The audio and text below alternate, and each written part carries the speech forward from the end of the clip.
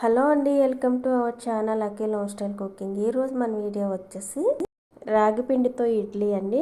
మన శరీరానికి ఎంతో శక్తిని అలాగే చాలా ప్రోటీన్ ఇచ్చే రాగి పిండి ఇడ్లీని వీడియోలో అయితే ఎక్కడ స్కిప్ చేయకుండా చూడండి.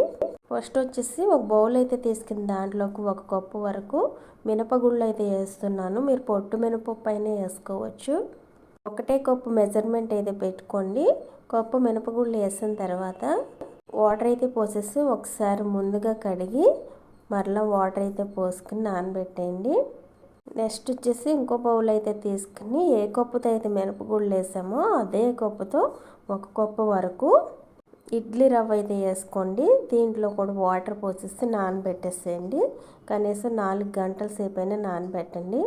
4 గంటల తర్వాత అయితే ఇలా నానింది. ఇప్పుడు పప్పు అయితే మళ్ళీ 2 సార్లు అయితే శుభ్రంగా కడగండి. నెక్స్ట్ వచ్చేసి రవ్వ కూడా 3 నుంచి 4 సార్లు అయితే కడగండి. పప్పుని కడిగిన తర్వాత గ్రైండర్లో కానీ మిక్సీతో కానీ గ్రైండ్ చేసేసుకోండి. నేనైతే మిక్సీతో అయితే గ్రైండ్ చేస్తున్నాను. మిక్సీ జార్లో అయితే పప్పునైతే వేస్తున్నాను. ఇప్పుడు కొంచెం వాటర్ అయితే పోసి మామూలు ఇడ్లీకి ఏ విధంగా అయితే గ్రైండ్ చేస్తామో అదే విధంగా గ్రైండ్ చేసేసుకోవడం. వీలైనంత మెత్తగా ఇలా అయితే గ్రైండ్ చేసుకోవాలి. గ్రైండ్ చేసుకుని ఇప్పుడు ఒక గిన్నెలోకి అయితే వేసేయండి. పిండిని వేసిన తర్వాత అలాగే కడిగి పెట్టిన ఇడ్లీ రవ్వను కూడా వాటర్ రాకుండా పిండి వేసి అయితే వేసేసుకోవాలి. ఇడ్లీ రవ్వతో మటుకు వాటర్ రాకుండా అయితే చూసుకోండి, లేకుంటే పిండి అయితే లూజ్ అయిపోతుంది. ఇడ్లీ రవ్వ వేసేసిన తర్వాత సేమ్ ఏ కప్పుతో అయితే రవ్వ మినపగుళ్ళు తీసుకున్నామో అదే కప్పుతో రాగి పిండి అయితే 1 కప్పు వరకు తీసుకోండి. ఈ రాగి పిండి కూడా వేసిన తర్వాత మొత్తం ఈ 3 మిక్స్ అయ్యేలాగైతే కలిపేయాలి. కలిపిన తర్వాత దీనిపైన మూత అయితే పెట్టేసి ఓవర్ నైట్ అంతా ఫర్మెంట్ చేసుకోవాలి.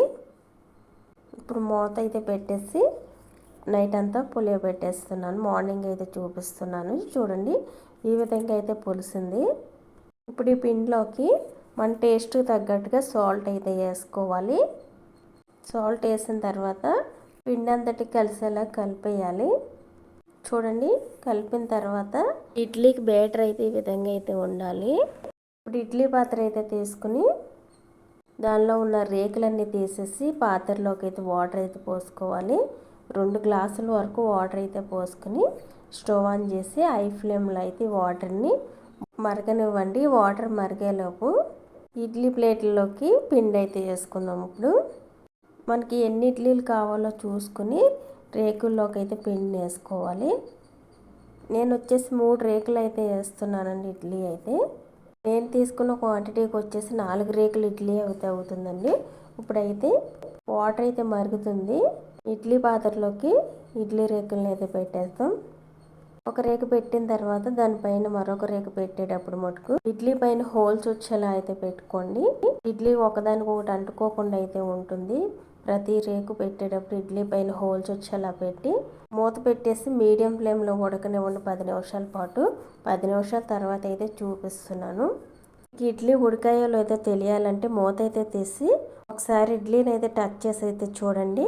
ఏలికి కానీ పిండి అనుకున్నట్లయితే మరి కొంచెం సేపు ఇడ్లీని అయితే ఉడకనివ్వండి. అంటుకున్నట్లయితే స్టవ్ ఆఫ్ చేసి తీసేయండి. ఇప్పుడైతే నేను తీసేస్తున్నాను.